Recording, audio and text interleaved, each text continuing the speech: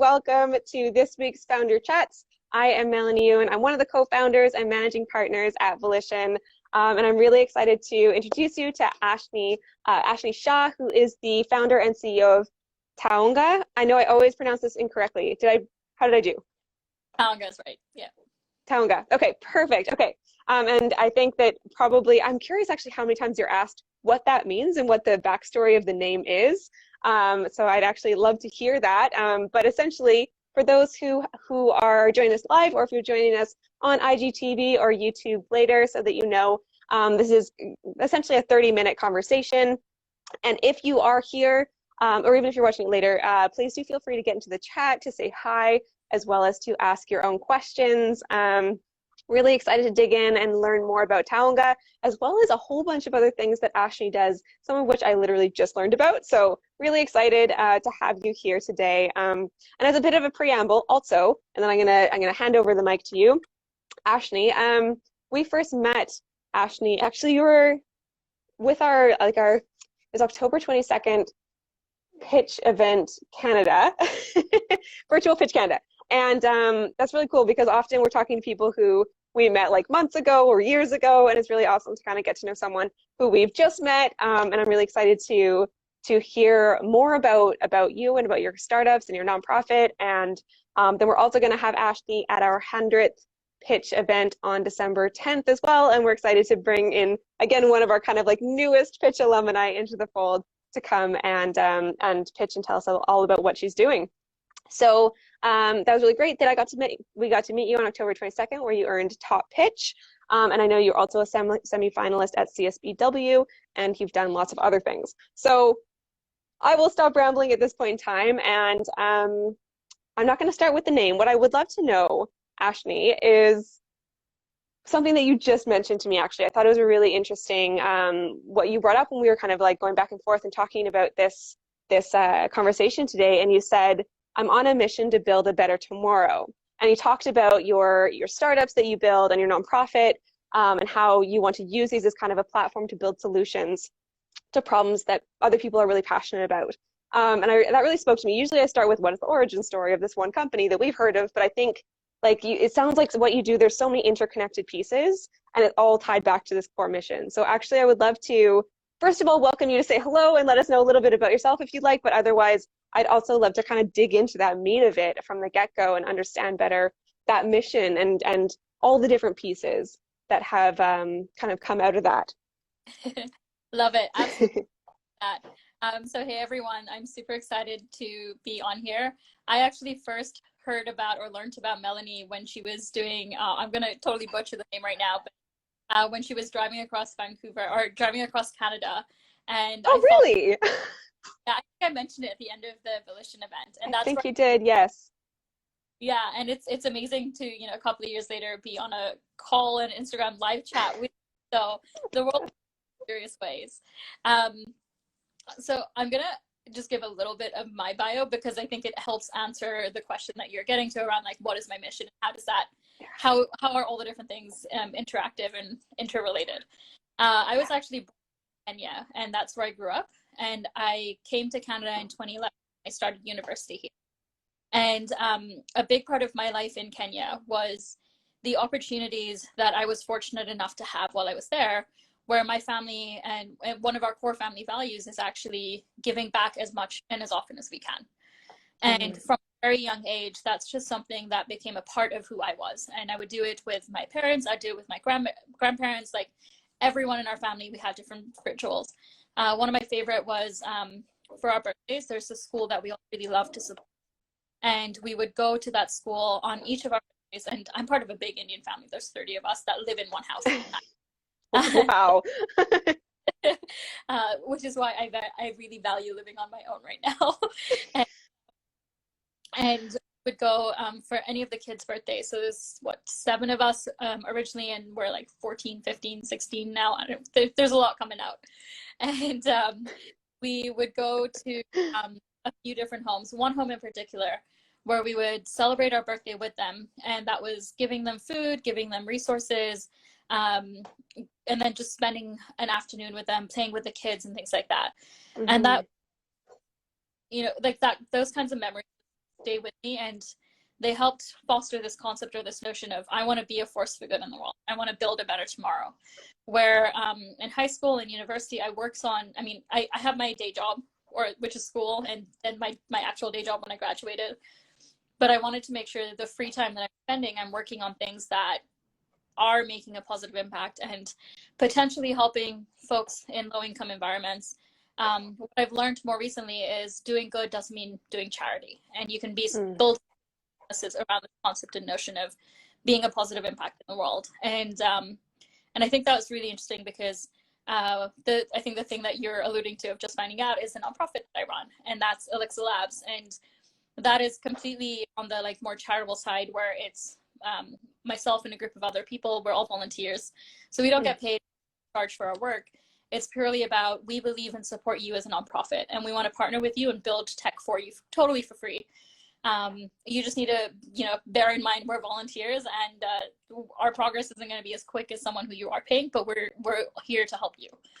And what I've learned a lot more recently is I can do similar concepts or do similar things like that, but I can build companies that are making positive impacts. And these could be very big companies, and they now become sustainable. They now become companies where I can hire teams to basically build a better company than ones I've worked at in the past. So I can hire teams that have diversity and inclusion baked into them, where it's not like, hey, should we think about hosting this event so that we can show it? No, it's baked into our culture. It's just part of who we are. And so that's how I think about the way I want to run my businesses. And then a quick one-liner of each of my businesses, but I think we're going to focus on Taonga. I run Hype Docs, and Hype Docs is all about, to some extent, focusing on women and underrepresented folks. But it is technically for anyone, where you can go and track your achievements, gain confidence, and most importantly, beat imposter syndrome, so you can negotiate for higher salaries. You can apply for jobs that you're not sure about. You can get and earn those promotions, and if not, realize that it's time for you to get a different job. And I'm really, really like happy and proud with like the progress we're making and some of the growth stuff that we've got going on. And then Taonga, which I'll give a quick one-liner and then we can really dig into it, is a way for you to securely store and share your personal documents. And this is anything from your passport to your driving license, your tax documents, your rental agreement, things that have personal information on them that you often need to send via email or WhatsApp, but those are really not safe or secure. So how can we create like a single digital wallet for all these documents, and then also, take that next step of how do we share them a lot more safer? Yeah, amazing. Oh my goodness, I love all that. I see a few people have joined us now. So welcome. If you joined us, say hello in the chat, ask questions away. And if you aren't familiar with who you're going to be listening to for the next 30 minutes, or a little bit less now at this point, I'd like to introduce you to Aashni Shah. And we're going to be talking about Taonga, which is just one of her many endeavors and not projects. I don't like it when people say that, but nonprofit startups, not projects. I just keep saying that. I'm so sorry. But incredible things that she's doing. And I love this mission that you have around building a better tomorrow. And this really beautiful story around how you were brought up and how that kind of got baked into what you do and your values. And now you're embodying that in the businesses that you're building. And I'd love to know, because obviously there's a tech focus here. And if you were following me in 2017, you're obviously following the kind of like woman in tech journey. So I may have missed it, but just before we jump in, what is your background? Like how did you get into building these companies and nonprofit around tech? What's that about? Yeah, so I studied computer science at the University of Toronto. I was a software engineer in my pre-entrepreneurship life. And so tech is kind of very much intertwined into being a coder and a developer. But a very fun little tidbit for anyone that knows what Neopets is, I actually got very addicted to Neopets when I was like 12 or 13, and that's when I actually made my first websites. Yeah. That's amazing. I love it. Cool. Okay. So already with Taonga, this was something that I got really excited about when I heard about it because of my digital nomad life, and I always get frustrated with not having a space to keep all the things, and especially when applying for like residence in new places and trying to like find all the pieces that everyone's always looking for. So I got really, really excited about this. And then I was looking at your I was looking at your socials today, and I saw you kind of explain Taonga as, or kind of a quote about its origins. You said 6 years. It says 6 years later, my Google spreadsheet is now an app called Taonga, and I loved that kind of sound bite. And I'd love to know if you could kind of elaborate on that origin story and how something that started out as a spreadsheet, which I'm sure many of us have for many different things, how that grew into this app that you have today. Yeah. So the whole spreadsheet thing is actually turning into a bit of a funny joke, and I may just make that my official tagline of I turn spreadsheets into products, because Hype Docs is also a spreadsheet. I love it. So 6 years ago, or I was, I was in Canada for university, but I'm still very much connected with my family in Kenya, and we were trying to figure out ways that, anytime they needed a copy of my passport to fill out some paperwork or something, or planning a trip, or like any of those reasons, or if I needed a document from there so that I could apply for something here, it's always such a hassle of, okay, who has it, who's got a copy of it, where is it, and then to some extent, keeping track of all that information so that you don't forget when your passport's expiring, or and then to add on to that, another fun little fact about me, I'm actually a citizen or resident of 4 different countries over 4 continents. So that's Canada, the UK, Kenya, and then I'm an overseas citizen of India. So they all have different like rights and stuff, but that means 4 different sets of documents that I track. And the only way that we could, realistically do this in a sort of managed, organized format was to and put it into a spreadsheet, because I couldn't find any tools that I trusted. Yeah. And, so it's literally, on one side, one column is just listing out the different documents based on country, and even pulled out the specific lines like date of expiry, passport number, things like that. And the things that forms always ask. Yeah. Exactly. And then link that photo of the document that was stored in a different folder. And that's literally what the document was. And then in January this year, I was back home, and my mom and I spent 2 days going and updating that entire document, which is way too long. And I'm a tech person. I can code. This should not be this complicated. I should be able to just upload a photo and it just magically sorts itself out. And that's how the like original very first implementation of the idea sort of sprung into action. I then spent the next 3 months in this weird state of like moving back to Toronto, and then COVID, and then moving back to Kenya to be with my family, and figuring out, like, am I getting a job? Like, what am I doing? But I'm really happy with like where I am today and what I'm working on. Yeah. And from what I understand, you kind of officially launched it ish in September. So what does that look like in terms of how usable is it today? Yeah. So I've been coding an MVP, or I've coded the MVP, and that's what we're currently in a beta test, which is what I launched in September. And so while, and then I moved back to Canada, and so between all of that, it's sort of blocked. Like, I can either spend all my time coding it, and there's a ton of security and infrastructure stuff that isn't my strong suit. Or what I've done instead is actually hire someone to help with some of the development side of things. It gives me the ability to spend the rest of my time focusing on other things, which is very hard to do as a technical person. Like, that's my thing. That's my thing. I should be coding, but in reality, I've got I'd like to believe I've got a wide range of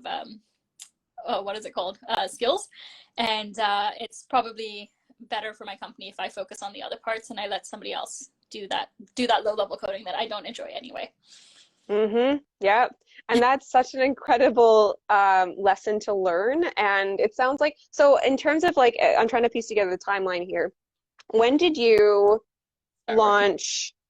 Well, I'm thinking about like the shift from like tech to entrepreneurship, and like where did the nonprofit fit in that, and how long have you been, when did you start kind of getting into entrepreneurship, I guess, is what I'm trying to ask, and trying to figure out how to ask that. So I think to some extent I've always kind of been an entrepreneur at heart. My family background is like, if you look at my dad, for example, I can't even name how many different companies that he's like running or has had a hand in. And I spent a lot of summers like working with him. I actually earlier today was on a call with him and some of the team to figure out some technical stuff for next year. So it's part of who I am. In terms of like the order of the things I'm working on now, Elixir Labs actually started just over 4 years ago. And so that's like as I graduated and was about to join my first company, which was Microsoft in Vancouver, I knew that there was this void that I was trying to fill. And for a long time, I just didn't know how to fill it, which is that connection between using the skills I'm growing and giving back. And then I saw a post on Facebook from someone else who's saying the same thing, and we ended up partnering together. Elixir Labs was born. You mentioned, or like you kind of pointed out, like it's a lot of, it takes a lot of time to figure out like when to let go of things and like when to work and when to like pass it off to someone. I think one of the best things I did was join Elixir Labs, because the first 2 years was me trying to do everything, realizing that that's not sustainable. And so I had that growth curve, and I had that, you know, like these are really important lessons I need to take away. At a nonprofit, doesn't necessarily like, I mean, obviously I don't want my nonprofit to fail, but it doesn't impact my business the same way that like something that, you know, I'm paying to get built out does. So I think that was a really happy, lucky thing. And then more recently, my plan at the end of last year was to move back to Toronto, actually transition to a product role instead of an engineering role, so I could explore and like grow that set of skills, and then eventually start working on something on the side. And lol, COVID happened and the world went upside down, and so I spent a couple of months trying to just make some quick cash, just because I'd been traveling for 5 months at this point, and the bank account was a little low. And consulting work for 2 months, and then I got into the On Deck Fellowship, which I would encourage everyone to take a look at. I got into the Mozilla Builders Incubator as well, like a month later. I saw that, yeah. And both those programs, as well as a founder club or a founder group that I created, have really just accelerated my focus on working on Taonga and working on Hype Docs. So I kind of started working on Taonga a little bit more officially, I would say May-ish. And then Hype Docs is something that I've been doing for 3 years, like the concept of it, of like tracking my achievements. That idea came from Square, and it's actually some other folks at Square came up with it. But building it as a product, I did on a random code bender in like a 4-day weekend and launched the first version of the site, got a couple of paying customers, and then have just been growing it since. Wow. So it sounds like you have built like really strong like muscles and skills in terms of being really intentional about how you approach things, like even saying like I knew I needed to build this skill, so I took on this role. Like I knew that this was what was best for my organization, or this was best for my company, so I'm gonna adapt and kind of like lean into this another role that would be better. Like it sounds like you're very intentional with how you approach your business and your nonprofit as well, and kind of everything that you do, it sounds like, which is really incredible also to have learned. But what I'm hearing also is that you had that kind of role model in your life from a young age, or since forever, that was showing you that, which is amazing to hear that you had that. And so in terms of new entrepreneurs, people who are maybe starting out this year, maybe didn't benefit from having these kind of role models in their life as well, which is very common. What kind of, aside from everything you've already said, do you have any like particular tips that you would suggest for someone who's just starting out? Yeah. One of my biggest role models is my mom, and she is what we like to call a home executive, which means she doesn't necessarily have your standard day job, takes care of our house, and the way that she interacts and treats people is the way that I want to be when I'm working with anyone. It doesn't matter if you're an employee at my company, if you're a janitor at like, you know, a shop that I go and visit. That's the way that I want to treat people.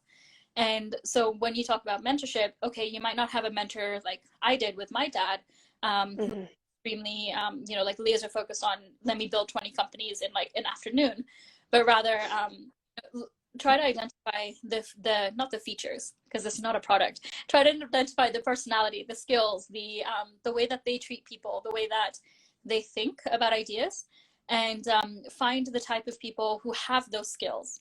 And start talking to them, and start watching their videos, start watching their interviews if it is, you know, it's more of the like celebrity persona.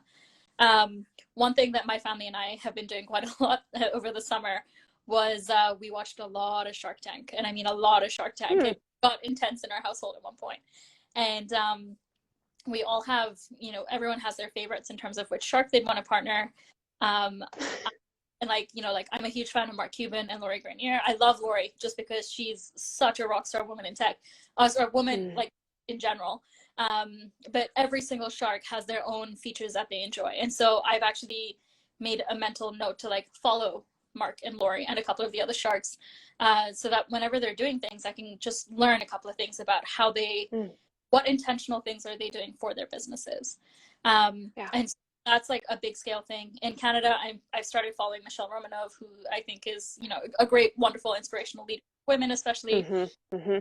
But something that I've also been learning a lot over the last few months is if you read any of the textbooks, or not textbooks, because it's not a school, but if you read any of the like recommended readings for a startup or an entrepreneur, a lot of them come from a specific demographic of people, which is great, but it's not necessarily translating easily to someone like me who is a woman of color. And so I try to identify and I try to find people that fit that category and have those experiences, so I can learn from them, because unfortunately some of the advice that you have in those books works great for some people, but it won't work great for me just because of the doors I have access to. Absolutely. And so if you find, this is to the listeners, obviously, if you find yourself in that sort of a situation, you don't let it get you down. If anything, it's just another reason that you are the badass that you are, and your business is going to succeed. Just try to identify or try to find the people that you are inspired by and focus on the things that inspire them, and ask the tough questions of like, okay, this person has achieved X, Y, or Z. What struggles did they have to overcome to achieve it? Because with social media, we're all very good at just painting rosy pictures. We're not necessarily good at focusing on struggles and sharing that part of the story too. That was a lot of. I'll stop talking now. No, that's amazing, and I think really, really important. And it's something that with the research tour in 2017 that I learned, because we ended up talking to 1,600 women in tech and learning about what was helping them, what was barriers that they were experiencing. And I think I was quite naive. I don't come from a tech background, and a lot of the areas I was in was woman-dominated kind of spaces, and I didn't experience things that other people experience. And I come from relative privilege and had that lens. So for me, going across and talking to all of these women about their experiences was very eye-opening, and I think really important for me to have done. But I was thinking about like being aware that when you're reading some of those books, and if they're speaking a language that you're just like, this is not speaking to me. Because I remember when I first started in the startup ecosystem, I would be reading articles and reading books, and I was like, I'm not an entrepreneur. I'm not, like, I don't belong here because this does not resonate, and I'm not into this. I don't feel like they're speaking to me, because they're not coming from the same place. And I've just learned over the years more and more and more about how different our experiences are. And like, we're all in this together, but there's so many different experiences and so many like complex and intersecting kind of elements to it. So it's very important also to my white friends out there to be very, very aware of this, and happy to talk about that anytime. So thank you so much for bringing that up as well. Oh, I know that we're kind of coming up to the end of our time here. So if you're in the audience, whether it's live right now or if you're on IGTV or YouTube later, welcome, welcome. Also, please do say hi, and if you have any questions, let us know.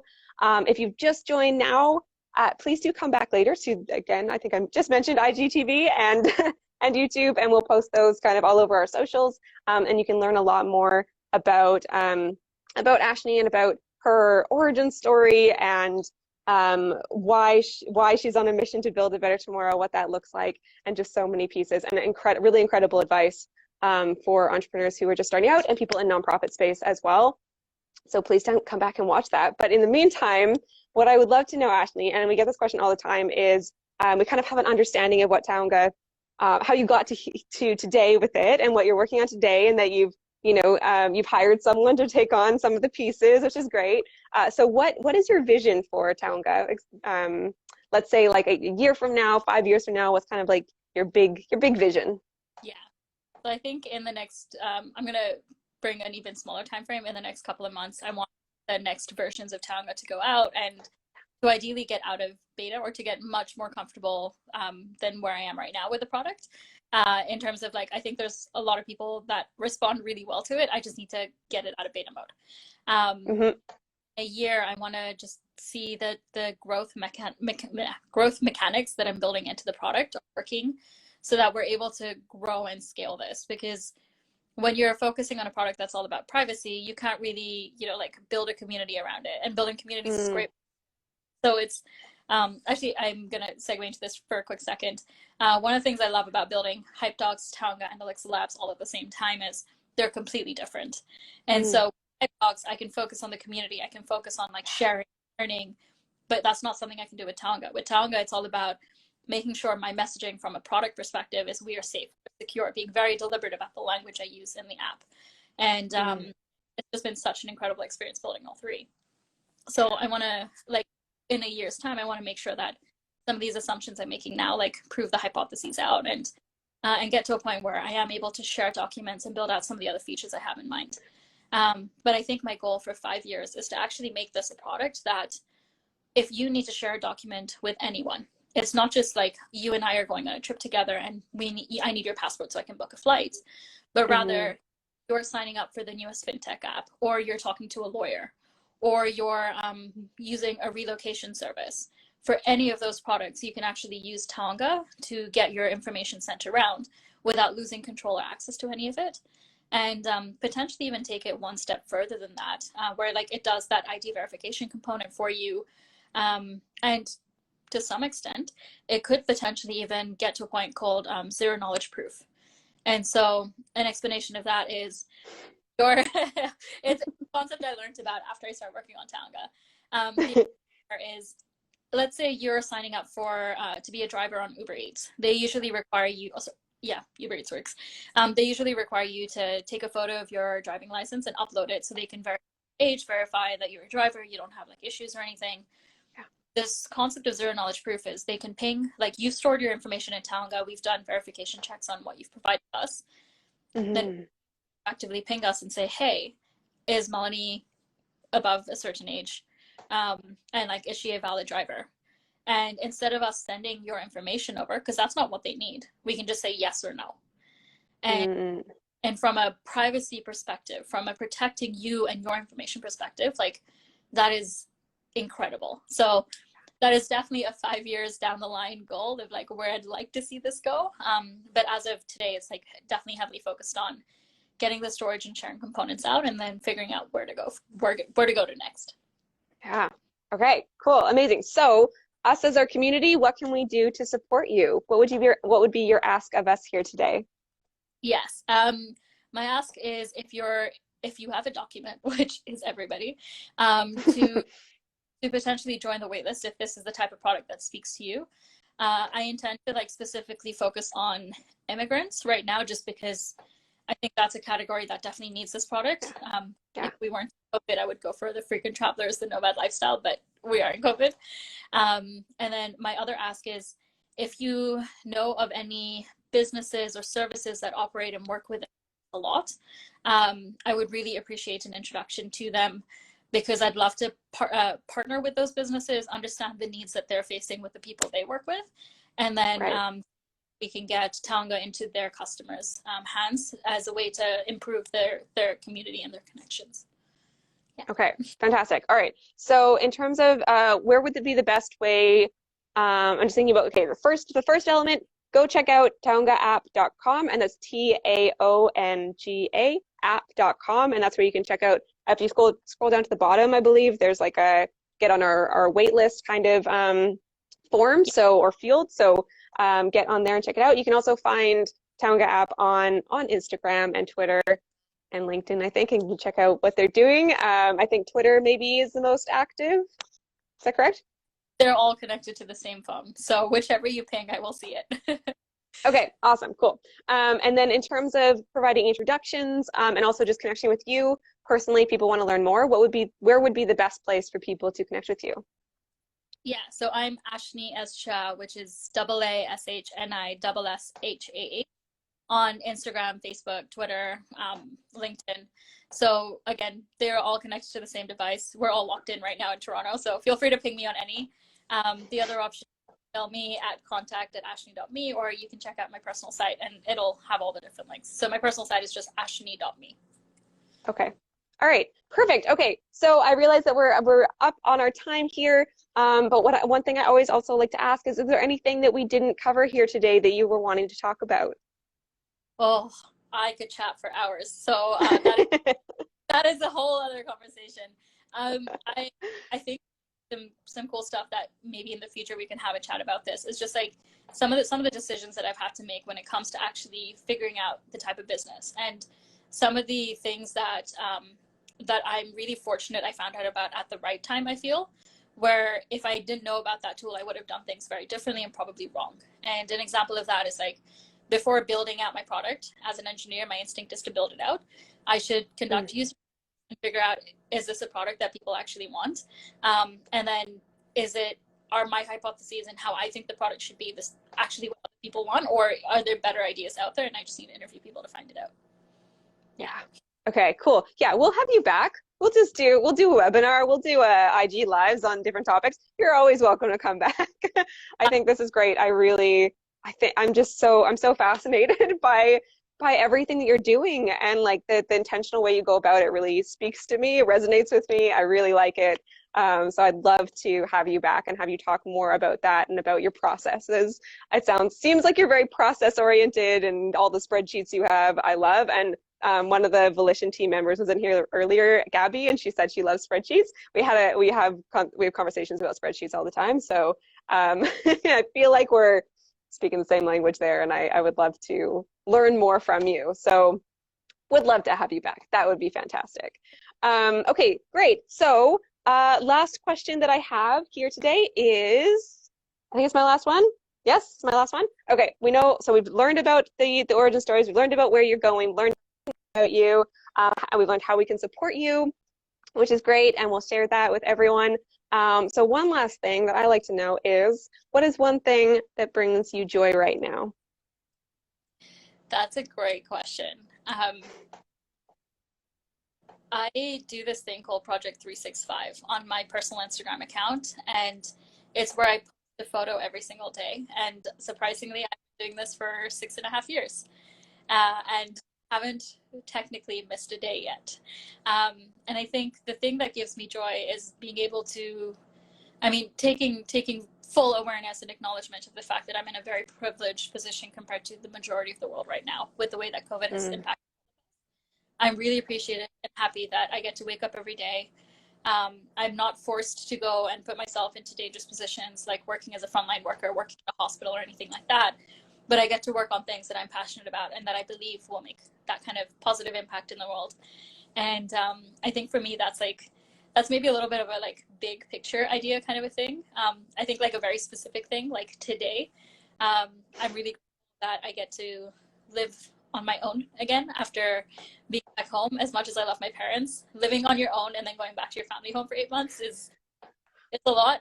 So having the freedom sleep schedule and cook and all that kind of stuff is something very specific that I'm happy about today. I love it. Great. Both of them. Those are both great. You can have big picture joy things and small ones and all the in-betweens. That's great. Alrighty, so those who've joined us once more, you can find out more about Taonga on Taonga app. Yes, on Instagram, on Twitter, on LinkedIn. You can also go to taongaapp.com and get on the wait list there, and you can we'll put in the show notes how you can also connect with Aashni and a little bit more about her. So thank you so much for being here today. Really, really appreciate it. Honestly, like the moment we saw you pitch, the team was just like, this is great. We really liked how you talk about what you do. We just, thought you were very approachable and friendly and wonderful, and we're excited to have you on IG Live and to get to know you better. So I'm really honored and excited that I got to talk to you today. So thank you so much for sharing your time and your story. Amazing. It's always great to know more amazing, incredible people in tech, and I'm super happy to get to meet the Volition team in general.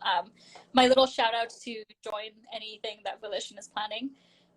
Some of the prizes from the pitch event that I won were what are they called? Consultation style calls with folks that are working in like branding and tax and finance, and every single one of those calls was super valuable and has helped me figure out even more about my product. So if you're even considering or thinking about pitching at a Volition event, highly, highly recommend it. I also recommend you come check the next event on the 10th and then vote for me because I also want the votes. Yeah, read whatever Volition is holding. Awesome. Thank you so much. Yes, you can find out more about our 100th pitch event coming up. I can't believe it's 100. That's crazy. And we're gonna have people, alumni from the Volition community that go back to 2016 when we first launched in January 2016, and we haven't seen them in a few years, at least not pitching. So really excited about that. You can go to volitionadvisors.com or to Eventbrite and look up Volition Advisors, and then you can find out more about that. It's a free event. Please do come. We would love to have you there, and you can come and vote for whomever you like. But you heard what Aashni said. I can't sway anything here, but you heard it here. So thank you so much, and I'll see you in just a couple weeks then. Amazing. Perfect. See you soon. Cool. Bye. See you soon. Bye, everyone.